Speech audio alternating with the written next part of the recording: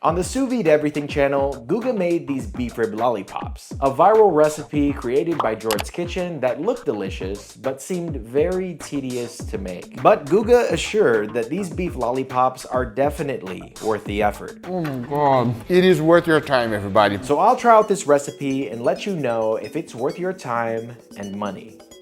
And to make things interesting, I'm gonna try them side by side with what I think is the best way to cook beef ribs. Smoking them. Because smoked beef ribs are not only insanely delicious, but they're also super easy to make. Just get a rack of beef plate dino ribs, score the back, and put a binder on to help the rub stick. I'm using soy sauce. Then add salt and a coat of your favorite rub. Then into the Camp Chef WoodWind Pro, which is super easy to use because it is a pellet grill, but thanks to the all-new smoke box feature, which uses real wood chunks, the WoodWind Pro gives anything you cook an insane smoke flavor that is unmatched compared to other pellet grills. Link in the description if you want to check it out. Cook for about 8 hours at 250 degrees, and that's all there is to it. Like I said, a super easy process and also relatively quick, especially compared with beef lollipops, which we'll make next. To start, you need, of course, a rack of ribs. Now, Guga used beef chuck ribs, as you can see from the 4th bone on his rack. FYI, normally beef chuck ribs have 4 bones, and dino plate ribs, like the ones I'm using today, have 3.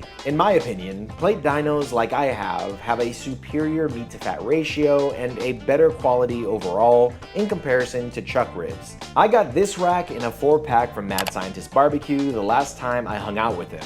But normally these are kind of hard to find, especially if you don't have a butcher who supplies them, but you can also buy them online at Porter Road, link in the description, or any other online meat dealer. So straight out of the package, there is no trimming needed.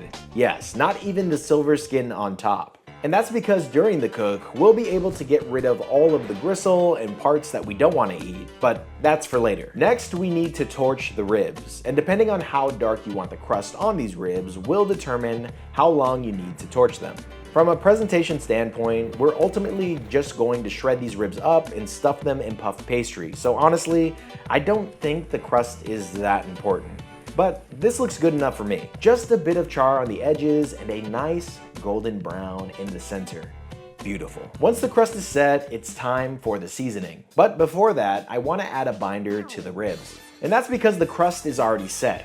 So any seasoning that's applied to the ribs will have some difficulty adhering to the meat. However, these ribs will be vacuum sealed and cooked sous vide. So I don't want to use any marinades or sauces or strong tasting binders because it will saturate the meat during the long sous vide cook and affect the flavor at the end. So I'm just going to use a little bit of water on top of these ribs. And to make this a fair comparison, I'll use the same seasoning I used for the smoked ribs, which is Goldie's brisket rub along with some salt. In Guga's video, he used his own rub, so if you try this at home, feel free to use whatever rub you like. Next, these ribs need to be vacuum sealed. And a quick tip with this is to make sure that the seal is tight so it doesn't leak in the sous vide bath. Now this happened to me when I sous vide cooked for the very first time using Chef Step's brisket recipe. And not only do you lose some flavor by having a leak, but even worse, the sous vide water gets all murky and the internet and your friends and family all laugh at your expense. So to save yourself from the humiliation, just double seal your ribs. Then set your sous vide bath to 185 degrees Fahrenheit and let the beef ribs cook for 24 hours. Yes, this recipe takes over a day to finish. So for this to even be remotely worth my time, it better taste phenomenal. But another important factor for those who want to try this at home is that this is the only special equipment that you need for this recipe. And sous vide machines have become pretty affordable these days. I mean, you can just look on Amazon and see how far the prices have gone down over the years. Also, unlike a smoker, regardless of where you live, whether it be a house with a really strict HOA or an apartment, you can pretty much use the sous vide wherever you live. So the beef rib lollipops definitely beat out the smoked beef ribs in terms of flexibility, for sure. After the 24 hours are up, take out the ribs and pull it apart, removing any chunks of silver skin, unrendered fat, and connective tissue. We want to make sure that these lollipops have nothing but tender, juicy meat on the inside. Once pulled apart, add more salt to taste if needed. Then make sure that the bones are super clean, because these are going to be the stick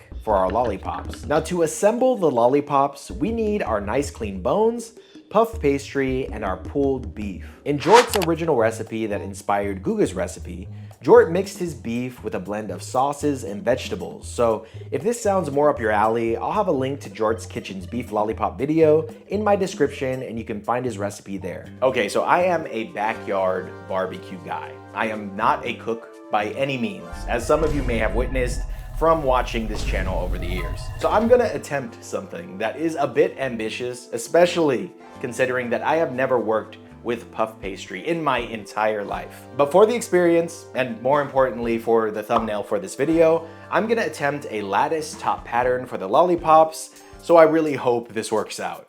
So if you buy these puff pastry sheets store-bought like I did, you'll see that they're kind of segmented, but what you can do to fix this is just get a little bit of water, dip your finger, and then push it together, and that way it can be one cohesive sheet that we can just stamp our cup with. First, I cut a circle out of the puff pastry using my massive cup and added a scoop of the shredded beef to the center. Then I placed the clean beef bone in the center closer to the top of the puff pastry circle. Putting the bone a bit higher than the center should help prevent the lollipop from falling apart when it's time to pick it up and eat it. Then take one of the sheets of puff pastry and cut it into long, even strips and start weaving them together, under and over, row by row, until it's complete.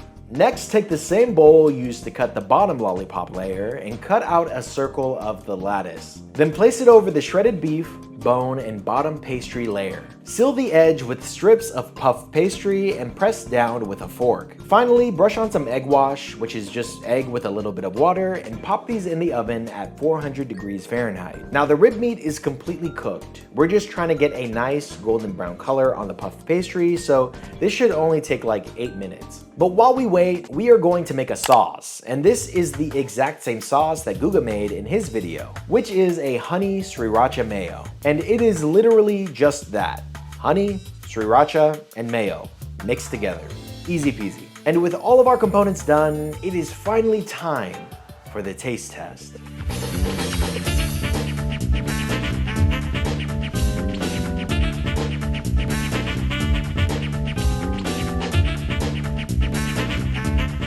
Now, just so you know, even though I cooked the beef ribs before the beef lollipops in this video, in reality, they finished at almost the exact same time. And after going through the entire cooking process for the beef lollipops, I need to say that it honestly wasn't that bad. Most of the cooking happens during the sous vide, so it's pretty much set it and forget it until the puff pastry comes out. And the puff pastry was definitely by far the hardest part of this entire recipe. But that's mostly my fault because my strategy was absolutely terrible. Instead of cutting out the lattice pastry and then putting it over the meat, what I should have done is just put the whole lattice over the meat and then cut around it. If I would have done that, the lattice pattern on top of that lollipop would have came out so much better. And alternatively, you can do the super easy method and just take 2 perfect circles of the puff pastry and put them together and make an empanada style pie. Just like I did on my second lollipop, and I think that one looks amazing. But besides all of that, I just want to know which of these beef rib dishes taste the best. Let's start with the beef rib.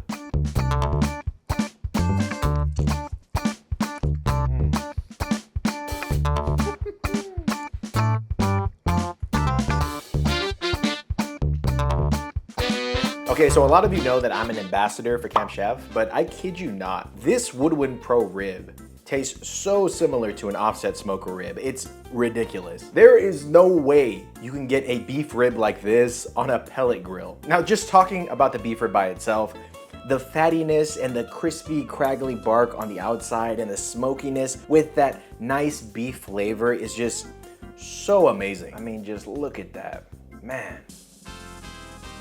And I had this leftover jerky sauce that I made last week, and it's sweet, it's vinegary, and it is perfect with the beef rib. All right, beef rib lollipop time, and then we can pick a winner.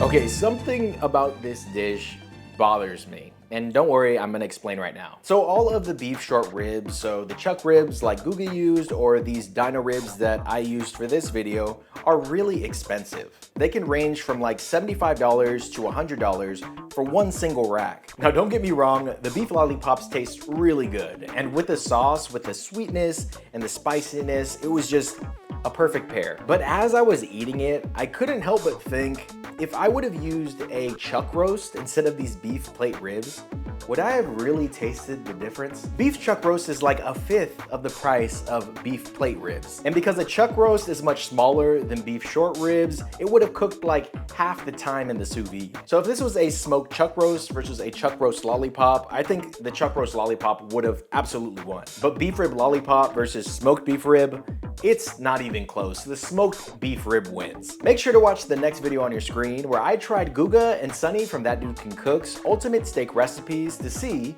which is best. And I'll see you guys over there.